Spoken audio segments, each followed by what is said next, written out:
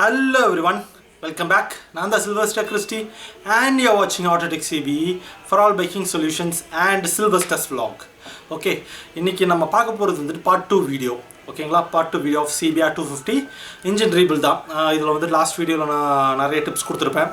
நம்ம டிஸ்மேண்ட்லிங் பார்த்திருப்போம், என்ன பிரச்சனைங்கிறது காட்டியிருக்கேன். பட் இந்த வீடியோல வந்துட்டு ரொம்ப டீடைல்டா நான் என்னென்ன பண்ணேன், என்னென்ன பண்ணியிருக்கிறேன், இது யாருமே எனக்கு வந்துட்டு செய்ய முடியாது அப்படின்னு சொன்ன வேலையை நான் சக்ஸஸ் பண்ணியிருக்கேன். அதுதான் இந்த வீடியோவில் வந்துட்டு நீங்கள் இதை தான் பார்க்க போகிறீங்க. வீடியோக்குள்ளே போகிறதுக்கு முன்னாடி சப்ஸ்கிரைப் பண்ணாதவங்க சப்ஸ்கிரைப் பண்ணிக்கோங்க, கூட பெல் ஐக்கான் கிளிக் பண்ணிக்கோங்க, ஆளுங்கிற ஆப்ஷன் கிளிக் பண்ணிக்கோங்க. அப்போ தான் நான் போடுற ஒரு வீடியோ உங்களுக்கு கிடைக்கும். அது மாத்திரம் எல்லாமே என்னோடய இன்ஸ்டாகிராம் பேஜ் ஃபாலோ பண்ணிக்கோங்க. வாங்க இப்போ நம்ம வீடியோக்குள்ளே போயிடலாம். இப்போ லாஸ்ட்டு வீடியோவில் நீங்கள் பார்த்துருப்பீங்க, இந்த புஷ்ஷெல்லாம் வந்துட்டு நான் காட்டியிருந்த டேமேஜ் ஆனது. இந்த 2 புஷ்ஷுமே நான் காட்டியிருப்பேன். இப்போ வந்துட்டு இந்த புஷ்ஷு வந்துட்டு எங்கேயுமே எனக்கு அவைலபிள் இல்லை. இதெல்லாமே அன்சைஸ் ஆகிடுச்சு. கம்பெனியில் ஒரு 3-4 சைஸ் வச்சுருப்பாங்க, பட் அது எல்லாமே அன்சைஸ் ஆகிடுச்சு. இதில் எனக்கு கிராங்க்லேயும் பிரச்சனை இருந்தது, இன்ஜின் கேஸ்லேயும் எனக்கு பிரச்சனை ஆகிடுச்சு. இப்போ இதை வந்துட்டு யாரும் ரெடி பண்ண முடியாதுன்ட்டாங்க. இப்போ நாங்கள் இன்ஜினியரிங் லைனில் இருக்கிறனால நாங்கள் என்ன பண்ணோன்னா, இது ஸ்பெஷலாக நாங்களே வந்துட்டு இந்த 2 புஷ்ஷும் வந்துட்டு ஆக்சுவலி இதுக்கு ஃப்ளோட்டிங் புஷ்ஷுன்னு சொல்லுவோம். இந்த புஷ்ஷை நாங்களே செஞ்சு இப்போ மாட்டி இப்போ பர்ஃபெக்ட் பண்ணி வச்சுருக்கிறோம். இப்போ இந்த கிராங்க்லாம் வேலை செஞ்சு இதுக்கு உண்டான ஒர்க்கெல்லாம் நாங்கள் என்னென்ன ப்ராப்பராக செய்யணுமோ அந்த ப்ரொசீஜரில் செஞ்சு இது நாங்கள் இப்போ ஃபினிஷ் பண்ணி வச்சுருக்கிறோம். இப்போ வந்துட்டு இதை மாட்டிட்டு இதை நம்ம வண்டி ஸ்டார்ட் பண்ண போகிறது தான். பட் இது ரொம்ப இம்பார்ட்டண்ட்டான ஒரு ஒர்க் ஆகிடுச்சு எங்களுக்கு. பட் இதை செய்கிறதுக்குள்ள எங்களுக்கு போதும் ஆகிடுச்சு. ஏன்னா அவ்வளோ காம்ப்ளிகேட், அவ்வளோ ஒரு டிப்பிக்கலான ஒர்க் இது யாருனாலையும் செய்ய முடியாதுன்ட்டாங்க. நீங்கள் என்ன பண்ணுங்கன்னா பேசாமல் இன்ஜின் கேஸை மாற்றிடுங்க, கிராங்கை மாற்றிடுங்க, ஈஸியாக சொல்லிட்டாங்க எல்லோரும். பட் வந்துட்டு இது இன்ஜின் கேஸ்லாம் மாற்ற முடியாது. பிகாஸ் இதில் என்ன பிரச்சனை இருக்குன்னா, இன்ஜின் கேஸில் வந்துட்டு உங்களுக்கு இன்ஜின் நம்பர் வரும் இல்லையா. இப்போ இன்ஜின் நம்பரை மாற்றணுன்னா இது ஒரு ரொம்ப பெரிய வேலையாகிடும். நம்ம ஆர்டிஓ கொண்டு போகணும், அப்புறம் ஆர்டிஓவில் நம்ம பில்லை கட்டணும், ஃபைன் அது அவங்களுக்கு உண்டான பேமெண்ட் கட்டணும், அப்புறம் இந்த கேஸுக்கு மாற்றணும். பட் இது ஆர்டர் கொடுத்தாலும் இப்போதுக்கு இந்த கேஸ் இப்போ இந்த லாக்டவுன் பீரியடில் கிடைக்காது. ஓகேங்களா, இப்போ நம்ம என்ன பண்ணுறோன்னா, இந்த இன்ஜின் கேஸ்லாம் மாற்றாமல் இருக்கிறதே நம்ம எப்படி ரெடி பண்ண முடியும், எப்படி பர்ஃபெக்ட் பண்ண முடியும் அப்படிங்கிறத பார்த்து இப்போ நம்ம ரெடி பண்ணி வச்சுருக்கோம். இது நாங்கள் ஆல்ரெடி வந்துட்டு இந்த புஷ்ஷெல்லாம் செஞ்சு சும்மா கிராங்க்லாம் போட்டு ரன் பண்ணி பார்த்துட்டோம். இப்போ கியர் பாக்ஸை மாட்டியாச்சு. கியர் பாக்ஸை மாட்டிட்டு இப்போ கிராங்கை மாட்டி இங்கே வந்துட்டு அந்த எக்ஸ்ட்ரா அந்த வீல் வரும் இல்லையா, அதை மாட்டி இன்ஜின் கேஸை லாக் பண்ண வேண்டியது தான் நம்ம ஒர்க்கு. இப்போ இது ஃபஸ்ட்டு ஒர்க். இதை முடிச்சு வச்சுட்டு அப்புறம் ஹெட்டு அண்ட் சிலிண்டரை மாட்டி அடுத்து இது வண்டியில் இன்ஜினில் பெட்டில் ஏற்ற வேண்டியதான். இப்போ ஃபஸ்ட் நம்ம இது கிராங்கை மாட்டி நம்ம இந்த ஒர்க் பண்ணிடுவோம். இதில் என்ன ஆகிடுதுன்னா, நம்ம இன்ஜின் கேஸ் இருக்குது இல்லையா, இன்ஜின் கேஸ் மாற்றணும்னு நான் ஜென்ரலாக சொல்லியிருந்தேன், மாற்ற சொன்னாங்கன்னு சொல்லியிருந்தேன். பட் அதில் என்ன இருந்ததுன்னா, அந்த இன்ஜின் கேஸில் வந்துட்டு அந்த பேரிங் உட்கார இடமே உழண்டு போச்சு. அதனால தான் வந்துட்டு என்ன சொல்லிட்டாங்கன்னா, இன்ஜின் கேஸே மாற்றணும் அப்படின்னு சொல்லிட்டாங்க. பட் நாங்கள் வந்துட்டு அதை மாற்றுறதை பற்றி யோசிக்கலை. அது எப்படி ரெடி பண்ண முடியும் அப்படின்னு பார்த்துட்டு நாங்கள் இண்டஸ்ட்ரியலிஸ்ட்டுக்கெல்லாம் இண்டஸ்ட்ரியல் ஒர்க்லாம் பண்ணுவாங்களே, அவங்கக்கிட்டலாம் போய் கேட்டு இது எப்படி பண்ணலாம் அப்படிங்கிறது ஒரு ஐடியா கேட்டு அதை நம்ம வந்துட்டு முதல்ல அது உள்ளே போர் பண்ணி அதுக்கு பேரிங்கை செட் பண்ணி அப்புறம் நாங்கள் அது போட்டோம். அப்படி தான் அது ரெடி பண்ண முடிஞ்சுது. இப்போ வந்துட்டு இந்த பேரிங் தான் இப்போ புதுசாக நம்ம போட்டிருக்கிறோம். இந்த பேரிங் வந்துட்டு கிடைக்காம கிட்டத்தட்ட 15 நாள் டைம் எடுத்து நம்ம வாங்கி போட்டிருக்கோம். ஆக்சுவலி லாஸ்ட்டாக நான் என்ன பண்ணேன்னா, அந்த எல்லாம் மாட்டியாச்சு, அசம்பிள் பண்ணியாச்சு. பண்ணும்பொழுது என்ன ஆச்சுன்னா, இந்த கேஸ் வந்துட்டு உள்ளே இறங்கலை. என்னடான்னு பார்த்தா வந்துட்டு இந்த பேரிங் வந்துட்டு இது உள்ளே வர நர்லிங் பால்ஸ் இருக்கு இல்லையா, அதாவது நீங்கள் நல்லா க்ளோஸராக பார்த்தீங்கன்னா தெரியும், இந்த நர்லிங் பால்ஸ் இருக்குல்ல, உள்ளே இருக்கிற பால்ஸ், இந்த பால்ஸ் என்ன ஆகிடுதுன்னா வெளியில் வந்துருச்சு. அதனால் நம்ம வந்துட்டு வேறு ஆப்ஷன் இல்லாமல் இந்த பேரிங் வந்துட்டு ஆர்டர் போட்டு வாங்கி மாற்றிருக்கோம். ஆக்சுவலி எதுவும் எங்கேயுமே கிடைக்கல. இது ஒரு அன்சைஸு. இப்போ நம்ம அது கிடச்சிருச்சு. இப்போ நம்ம ஒரு 15 days ஆச்சு. இப்போ நம்ம வாங்கி மாட்டியாச்சு. இப்போ அந்த ஃபைனலாக அந்த பேரிங் ஒன்று மாற்றணும் இல்லையா, சின்ன பேரிங்கு. பிகாஸ் அந்த பேரிங் வந்துட்டு எல்லாம் நல்லாவே இருந்ததுங்க. கடைசி நான் மாட்டி முடிகிற வரைக்குமே எல்லாமே பர்ஃபெக்டாக இருந்தது. பட் ஆனால் வந்துட்டு அந்த ஒரு பேரிங் மட்டும், அந்த பால்ஸ் மட்டும் லைட்டாக தான் வெளியில் வந்துருந்தது. ஒரு பெரிய டிஃப்ரென்ஸ் இல்லை. அது மாட்டும் பொழுது என்ன பண்ணுறதுக்குள்ளே இருக்கிறோம், வெளியில் வந்து நின்றுட்டு உள்ளே இறங்க மாட்டேன்ருச்சு. லைட்டாக தான் ஒரு 1 mm கூட வெளியில் வந்திருக்காதுங்க. பட் அதில் ரிஸ்க் எடுக்க வேண்டாம், அந்த பேரிங்கில் ரிஸ்க் எடுக்க வேணாம்னு சொல்லி தான் நாங்கள் ரிப்ளேஸ் பண்ணோம். அது உள்ளே தள்ளிட்டு போட்டிருந்தா ஈஸியாக நம்ம போட்டிருக்கலாம், ஒன்றும் பிரச்சனை இல்லை. பட் அந்த பேரிங் மாற்றிடலான்னு சொல்லிட்டு நம்ம மாற்றணும். ஓகேங்களா, இப்போ நீங்கள் பார்க்கலாம் வந்துட்டு நம்ம பாட்டம் கேஸை ஃபிக்ஸ் பண்ணிவிட்டு இப்போது நம்ம வந்துட்டு இன்ஜின் கேஸ் நம்பர் வரும் இல்லையா, அந்த கேஸ் நம்பர் உள்ள அந்த இன்ஜின் கேஸை தான் நம்ம போட்டுட்ருக்கோம். போட்டு இன்ஜின் கேஸ் வர எல்லா சென்டர் கேஸ் போல்ட் எல்லாத்தையும் போட்டு முதல்ல வந்துட்டு இன்ஜின் கேஸ் டைட் வச்சு முடிச்சிடலாம் அப்படிங்கிறது தான் நம்மளோட ஃபஸ்ட்டு ஒர்க்கு. அந்த இப்போ வந்துட்டு அந்த கிராங்குக்கு பதில் இன்னொரு ஷாஃப்ட் ஒன்று போட்டிருப்பேன். அந்த ஷாஃப்ட் எதுக்காக கொடுத்துருக்காங்கன்னா, நம்ம அந்த கூலண்ட் ஆயில் பம்ப் வருது இல்லையா, அந்த கூலண்ட் ஆயில் பம்ப் சர்க்குலேஷன் பண்ணக்கூடிய பம்போட அந்த நாப் தான் வந்துட்டு அந்த ஷாஃப்ட்டில் கொடுத்துருப்பாங்க. அது நேராக வந்துட்டு coolant oil pump oil seal அந்த டிவிஷனுக்கு நேராக போய் கனெக்ட் ஆகிடும். பட் அதுக்கு பதில் கூலண்ட் ஆயில் பம்புக்கு போகிறதுக்கு முன்னாடி இது இன்ஜின்குள்ளேயே இது முடிஞ்சிடும். கூலண்ட் ஆயில் பம்புக்கு போகிறதுக்கு முன்னாடி ஒரு கனெக்டிங் ராட் ஒன்று தனியாக அதுக்கு ஒன்று தனியாக கொடுத்துருப்பாங்க. அது கிளச் கவரில் வரும். இது ரொம்ப பியூட்டிஃபுல்லாக வந்துட்டு இது டிசைன் பண்ணியிருக்காங்க.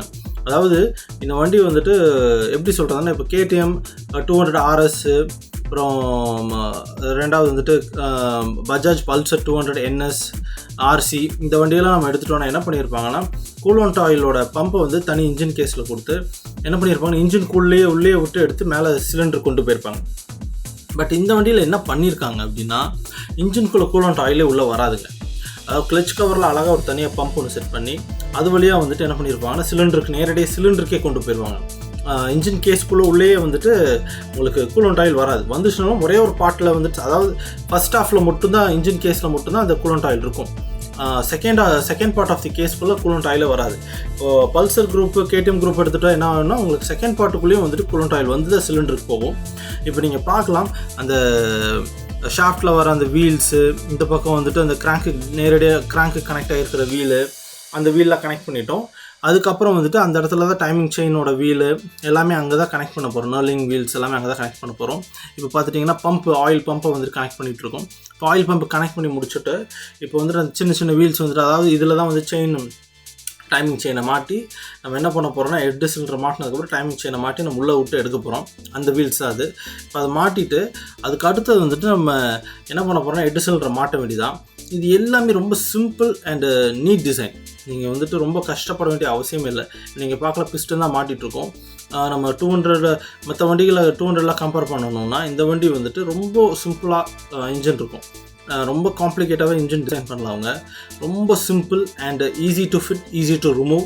அண்ட் பார்ட்ஸ் வந்துட்டு அவ்வளோ இருக்காதுங்க. உள்ளே கொஞ்சம் தான் பார்ட்ஸ் கொடுத்துருக்காங்க. கியர் பாக்ஸ் தான் பெருசாக இருக்கும் பார்க்குறதுக்கு. மற்றபடி அந்த வீல்ஸ் எல்லாம் பார்க்கும்போது ரொம்ப சிம்பிள். எவ்வளோ வீல்ஸ் கொடுத்துருக்காங்கன்னா, உள்ளே வந்துட்டு அந்த டீத் வீல்ஸ் வந்துட்டு 1, 2, மொத்தம் 3, 4, மேக்ஸிமம் ஒரு 5 வீல்ஸ் அங்கே மொத்தமாகவே கொடுத்துருக்காங்க. அப்புறம் நேரடியாக அந்த வீல்ஸுக்கு கொண்டு போய் கிளச் பெல்லில் கனெக்ட் பண்ணிட்டாங்க. அவ்வளோதான், வேறு ஒன்றுமே இதுக்குள்ளே இல்லை. ரொம்ப மண்டையை உடச்சிக்கிற அளவுக்குலாம் வந்துட்டு இந்த இன்ஜின் கிடையாதுங்க. ரொம்ப simple and easy to fit, easy to remove. அதுதான் கழட்டும் போது ரொம்ப கஷ்டப்படலை, அதே சமயம் மாட்டும் பொழுதும் ரொம்ப கஷ்டப்படலை. நாங்கள் ரொம்ப ஈஸியாக ஃபிட் பண்ணிட்டோம், ரொம்ப ஈஸியாக ரிமூவ் பண்ணிட்டோம். அப்படி தான் ஒரு டிசைன் பண்ணியிருக்காங்க இந்த வண்டி. அதனாலே வந்துட்டு இந்த வண்டியோட பெர்ஃபார்மன்ஸும் அந்த அளவுக்கு வந்துட்டு தி பெஸ்ட்டாக இருக்கும். உங்களுக்கு கிராங்க்லாம் நம்ம வந்துட்டு அவ்வளோ புஷ்ஷால் அதை ரெடி பண்ணி போட்டோம். எங்களுக்கு வந்துட்டு நம்ம இப்போ சுற்றுறோம் பாருங்கள், எவ்வளோ ஃப்ரீயாக சுற்றுது தெரியுங்களா. பிஸ்டன் வந்துட்டு அவ்வளோ ஃப்ரீயாக மேலே கீழே போயிட்டு வருது. ஒரு பிஸ்டன் நம்ம போட் பண்ணி போட்டால் கூட கொஞ்சம் டைட்னஸ் ஃபீல் ஆகும். பட் அந்த கிராங்க், அந்த புஷ்ஷை நம்ம ரெடி பண்ணி போடுறோம், அவ்வளோ ஃப்ரீயாக அவ்வளோ ஈஸியாக ஒரு ரொட்டேஷன் ஆகுது உங்களுக்கு. அதுதான் நம்மளுக்கு ரொம்ப முக்கியம். அப்படி பண்ணும்போது தான் வந்துட்டு உங்களுக்கு ஸ்லோ ஸ்பீட் ஆகட்டும், ஹை ஸ்பீட் ஆகட்டும், ஒரு நல்ல ஒரு பெர்ஃபார்மன்ஸ் வந்துட்டு உங்களுக்கு கிடைக்கும். இப்போ வந்துட்டு அந்த எல்லாம் நாங்கள் ஃபிட் பண்ணி முடிச்சுட்டு வண்டியை நாங்கள் ஸ்டார்ட் பண்ணும் பொழுது ஃபஸ்ட்டு நாக்லேயே வந்துட்டு வண்டி ஸ்டார்ட் ஆகிடுச்சு. பிகாஸ் வந்துட்டு அங்கே வந்துட்டு எந்த டைட்னஸும் இல்லை அப்படிங்கிறத காட்டுறது தான் வந்துட்டு அந்த ஸ்டார்ட் ஆனதை வந்துட்டு நம்ம தெரிஞ்சுக்க முடியும். இப்போ வந்துட்டு நீங்கள் பார்க்கலாம், நம்ம வந்துட்டு ஹெட்டை தான் மாட்டிகிட்ருக்கோம். இப்போ ஹெட்டை மாட்டிட்டு அடுத்து வந்துட்டு ஹெட்டுக்குள்ளே வர ஷிம் இப்போ வைக்கிறோம். நீங்கள் ஆல்ரெடி வந்துட்டு ஷிம்மை பற்றி நான் வந்துட்டு ஒரு வீடியோ போட்டிருக்கேன். ஷிம்மை எப்படி செக் பண்ணலாம், அது எப்படி பார்க்கணும் அப்படிங்கிறத பற்றி ஒரு பேசிக்காக ஒரு நாலேஜ் க்ரியேட் பண்ணக்கூடிய வீடியோ போட்டிருக்கேன். அதை நான் அதோட லிங்க் நான் டிஸ்கிரிப்ஷனில் தரேன், நீங்கள் பாருங்கள். இப்போ அந்த 4 வால்வு 4 ஷிம்மு வருங்க, ஓகேங்களா. அந்த ஷிம்மை வச்சுட்டு அதுக்கப்புறம் நம்ம அதுக்கு மேலே தான் வந்துட்டு கேம் ஷாஃப்ட்டை போட்டு இன்லெட் எக்ஸாஸ்ட்டுக்கு தனித்தனியாக கேம் ஷாஃப்ட் கொடுத்துருப்பாங்க. அந்த 2 கேம் ஷாஃப்ட்டும் எக்ஸாக்டாக பார்த்து போட்டு அதுக்கப்புறம் நம்ம என்ன பண்ண போகிறோம்னா, டைமிங் செயினை மாட்டி நம்ம வந்துட்டு அது பர்ஃபெக்டாக பிஸ்டன் டாப்பில் வச்சு டைமிங் வைக்க வேண்டியதான். இதில் ரொம்ப கஷ்டப்பட வேண்டியதில்லை, ரொம்ப simple and easy to timing வைக்கிறது தான். நம்ம எல்லா வண்டியிலுமே சிம்பிளாக இருக்கும், பட் இந்த வண்டி இன்னமும் ரொம்ப சிம்பிள். டபுள் கேம் ஷாஃப்ட் கொடுத்துருக்காங்க, இருந்தாலும் ரொம்ப சிம்பிளாக டைமிங் இது வச்சுக்கலாம். ரொம்ப கஷ்டப்பட வேண்டிய அவசியமே இல்லை. அதே போல் வந்துட்டு மேலே வந்துட்டு அந்த மாட்டக்கூடிய அந்த அடாப்டர்ஸ் எல்லாமே வந்துட்டு ஈஸி டு ஃபிக்ஸ் தான். ரொம்ப அது போல்ட்டை வந்துட்டு நீங்கள் ஹெவி டைட் வைக்கணும் அப்படிங்கிறதுல இல்லை, எல்லாமே அலுமினியம் பீஸ் தான் கொடுத்துருக்காங்க. ஸோ அங்கே நீங்கள் வந்துட்டு ஜஸ்ட் அப்படி ஒரு ப்ரெஸ்லேயே வந்துட்டு நீங்கள் அதை சீட்டிங் பண்ணிக்கலாம், அவ்வளோதான். சீட்டிங் ஆகிடுச்சு பார்த்தீங்களா, தட்ஸ் இட். இந்த மாதிரி வந்துட்டு ரெண்டு பக்கமும் ரெண்டு இது கொடுத்துருப்பாங்க. அதே போல் வந்துட்டு எக்ஸாஸ்ட் இன்லெட்டுக்கு தனித்தனியாக அதில் மார்க் பண்ணி கொடுத்துருப்பாங்க எந்த பக்கம் திருப்பி போடணும், திருப்பி போட முடியாது, அப்படி போட முடியாதுங்கிறக்காக வேண்டி அதோட எக்ஸாக்டாக அதோட கொடுத்துருப்பாங்க. அதே போல் வந்துட்டு போல்ட் லென்த்துலேயும் வந்துட்டு அவங்க கேல்குலேஷன்ஸ் வச்சு எல்லாமே கரெக்டாக பண்ணி அந்த ஒரு பர்ஃபெக்டாக ஒரு வண்டி டிசைன் பண்ணோன்னா எப்படி பண்ண முடியும் அப்படிங்கிறத பார்த்து தான் ஹோண்டா இது டிசைன் பண்ணியிருக்காங்க. ஒரு பியூட்டிஃபுல்லான ஒரு இன்ஜினுங்க, எங்களுக்கு ரொம்ப சிரமம் கொடுக்கல. ஒரு பல்சர் குரூப் 200 NSல கூட நாங்கள் ரொம்ப திணறி இருக்கோம். ஒரு ஃபஸ்ட்டு செகண்ட் டைமில் நம்ம கழட்டி மாட்டும் பொழுது கொஞ்சம் திணறி இருக்கும்.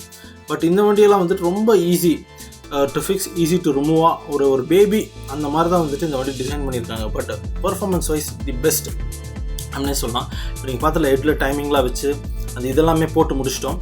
இப்போ நம்ம வண்டியில் பெட்டில் ஏற்றிட்டு அதுக்கப்புறம் நம்ம என்ன பண்ண போகிறோம்னா இந்த பக்கம் கிளச் பெல் மாட்டி அதுக்கப்புறம் அதுக்கு உண்டான கிளச் ஃபேஸிங்லாம் மாட்டிட்டு, அதாவது நம்ம ஆரம்பத்தில் வண்டியை டிஸ்மேண்டில் பண்ணுறதுக்கு நம்ம என்னென்ன பண்ணோமோ அது அப்படியே இப்போ வந்துட்டு ஆப்போசிட்டில் போகுது. நம்ம ஒவ்வொன்றா நம்ம கழட்டிட்டு அதுக்கப்புறம் நம்ம பெட்டை விட்டு இறக்கணும். இப்போ வந்துட்டு அதே தான் முடிஞ்ச வரைக்கும் இதெல்லாம் கொஞ்சம் பர்டிகுலராக மாட்டிட்டு வண்டியில் பெட்டில் ஏற்றிட்டு ஒரு மிச்சத்தை மாட்டிக்கலாம் அப்படிங்கிறது கணக்கெலாம் வந்துட்டு நம்ம இது பண்ணிகிட்ருக்கோம். இப்போ பார்க்கலாம், அதான் பெட்லேயே திருந்துங்கிறது சாதாரண வேலை இல்லைங்க. இதில் ரொம்ப திணறிட்டோம். பிகாஸ் வந்துட்டு இதில் என்ன பண்ணியிருக்காங்கன்னா ஆல்ரெடி ஒரு சின்ன ஆக்சிடென்ட் ஆகிருக்கும் போல் சேஸ் எல்லாமே ஃப்ரண்ட்டு கீழே வர அந்த ஃப்ரண்ட் இன்ஜினுக்கு வர சேஸ் வந்துட்டு எல்லாம் கட் பண்ணி வெல்டிங் வச்சுருந்தாங்க. அதெல்லாம் கொஞ்சம் விரிச்சு பண்ணுறதுக்குள்ளே போதும் ஆகிடுச்சு. இப்போ நீங்கள் பார்க்கலாம், நம்ம இப்போ கிளச் பெல்ல தான் மாட்டிகிட்ருக்கோம். எல்லாம் அந்த பக்கம் இருக்கிற எல்லா ஒர்க்கும் கிளச்சு பெல்லை மட்டும் மாட்டினா அந்த ஒர்க் கம்ப்ளீட்டட். நீங்கள் பார்க்கலாம், அதான் அந்த ஆயில் பம்புக்கு வர வீலு அதை மாட்டிட்டோம். கிளச் பெல்லை மாட்டிட்டு அடுத்து வந்து கிளச் ஃபேஸிங் போட்டு நம்ம டைட் வச்சு கிளச் கவரை மாட்டி நம்ம வண்டி ஸ்டார்ட் பண்ண வேண்டியதான். நியர் டு ஸ்டார்ட், அவ்வளோதான், கிட்டத்தட்ட முடிஞ்சது ஒர்க்கு. கிளச் பெல்லை மாட்டியாச்சு. இப்போது கிளச் பெல்லை மாட்டிட்டு கிளச் ஃபேஸிங்கும் நம்ம மாட்டிகிட்ருக்கோம். ஓகேங்களா, அவ்வளோதான் ப்ரோ. இந்த வண்டியில் வந்துட்டு கிளச் ஃபேஸிங் பண்ணுறது ரொம்ப காம்ப்ளிகேட்டில் இல்லை, ரொம்ப சிம்பிள். மித்த வண்டியில் வந்துட்டு என்ன பண்ணியிருப்பாங்கன்னா தனியாக இன்னர் பெல்லு அவுட்டர் பெல்லு எல்லாமே கொடுத்துருப்பாங்க. இதுலேயே அதே போல் தான், பட் ரொம்ப easy to fit, easy to remove அந்த மாதிரி கொடுத்துட்டாங்க. அது எல்லாமே சிம்பிள், எவ்வளோ சிம்பிளிஃபை பண்ண முடியுமோ அவ்வளோ சிம்பிளிஃபை பண்ணி டிசைன் பண்ணியிருக்காங்க. அதுதான் இந்த வண்டியோட ஒரு பெரிய மேஜர் ப்ளஸ். நம்ம ஒரு மற்ற வண்டி எந்த வண்டியை வேணால் எடுத்துக்கலாம், பட் இந்த வண்டி அளவுக்கு ரொம்ப சிம்பிளிஃபையாக அவன் வந்துட்டு டிசைன் பண்ணலை. இதில் இந்த பிளேட்ஸும் வந்துட்டு அவ்வளோ சீக்கிரம் இதில் தேஞ்சும் போகாதுங்க. கிட்டத்தட்ட ஒரு 50,000 60,000 கிலோமீட்டர்ஸ்க்கு இந்த ஃபேஸிங் நான் மாற்றவே இல்லை. வண்டியை வந்துட்டு ப்ராப்பராக ட்ரைவ் பண்ணிங்கன்னா, இப்போ நான் வச்சுருக்கேன் இல்லையா வண்டி CBR, கிட்டத்தட்ட வந்துட்டு 45 மேலே நான் ஓட்டிட்டேன். இன்னும் வரைக்கும் கிளச் ஃபேஸிங் மாற்றலை. பட் இன்னும் கியர் வந்து டைட் ஆகலை, ஃப்ரீயாக தான் உழுது. ஓகேங்களா, பட் இந்த CBR250 பொறுத்த வரைக்கும் கிளச் பெல்லும் கிளச் ஃபேஸிங்கும் ரொம்ப சீப் தான், ரொம்ப காஸ்ட்லின்னு சொல்ல முடியாது. ஃபேஸிங் எடுத்துட்டிங்கன்னா அந்த ஸ்டீல் பிளேட் அண்ட் ஃபேஸிங்கை சேர்த்து ஒரு 1200 1300 வரும். பெல் அப்ராக்சிமேட் ஒரு 2000 அது அந்த ரேஞ்சுக்குள்ளே வரும். இப்போ பார்த்துட்டிங்கன்னா நம்ம எல்லாம் ஒர்க் முடிச்சிட்டோம். கிளச் பெல்லாம் மாட்டி முடிச்சுட்டு பேக்கிங் போட்டு அடுத்து கிளச் கவர் போட்டு வண்டி ஸ்டார்ட் பண்ண வேண்டியதுதான். Really to say work is going to finish now. இப்போ நம்ம என்ன பண்ணலாம்னா அடுத்து வந்துட்டு ஒரு ஜஸ்ட்டு நீங்கள் ஜென்ரல் அவுட்ரைட்டாக பாருங்கள் என்னென்ன மாற்றேன் என்னென்ன பண்ணுறேங்கிறத. ஃபைனலாக வந்துட்டு வீடியோ நம்ம வண்டி ஸ்டார்ட் பண்ணுறது நம்ம பார்க்க போகிறோம். ஓகேங்களா,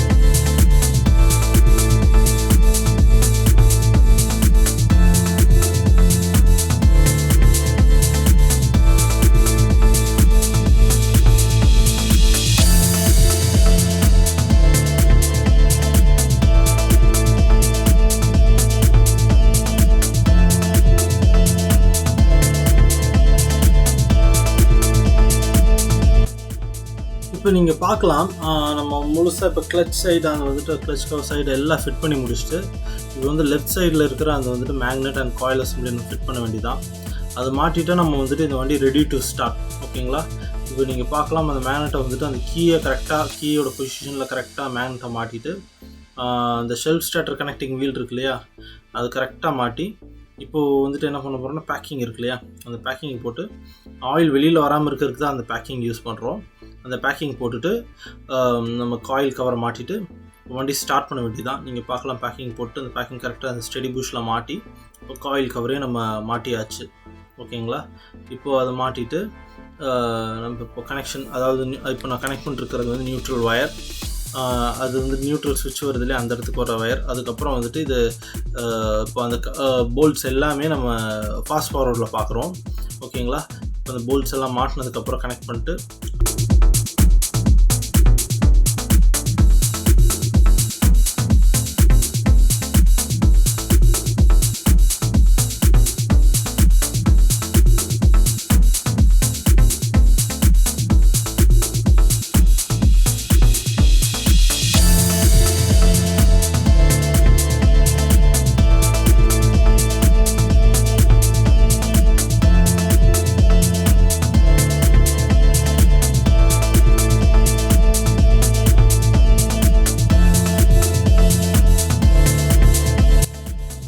நம்ம வந்துட்டு கடைசி ஃபைனலாக வந்துட்டு இன்ஜின் சைடு எல்லாம் மாட்டினதுக்கப்புறம் இப்போ நம்ம என்ன பண்ண போகிறோம்னா இந்த சைலன்சர் மட்டும் இன்னும் மாட்டல, அதையும் மாட்டிட்டா வந்துட்டு இந்த இன்ஜின் சைடில் இருக்கிற ஒர்க் வந்துட்டு கம்ப்ளீட்லி ஃபினிஷ்டு. ஓகேங்களா, இப்போ நம்ம பார்க்கலாம் சைலன்சர் மாட்டிட்டா வந்துட்டு ரெடி டு ஸ்டார்ட்.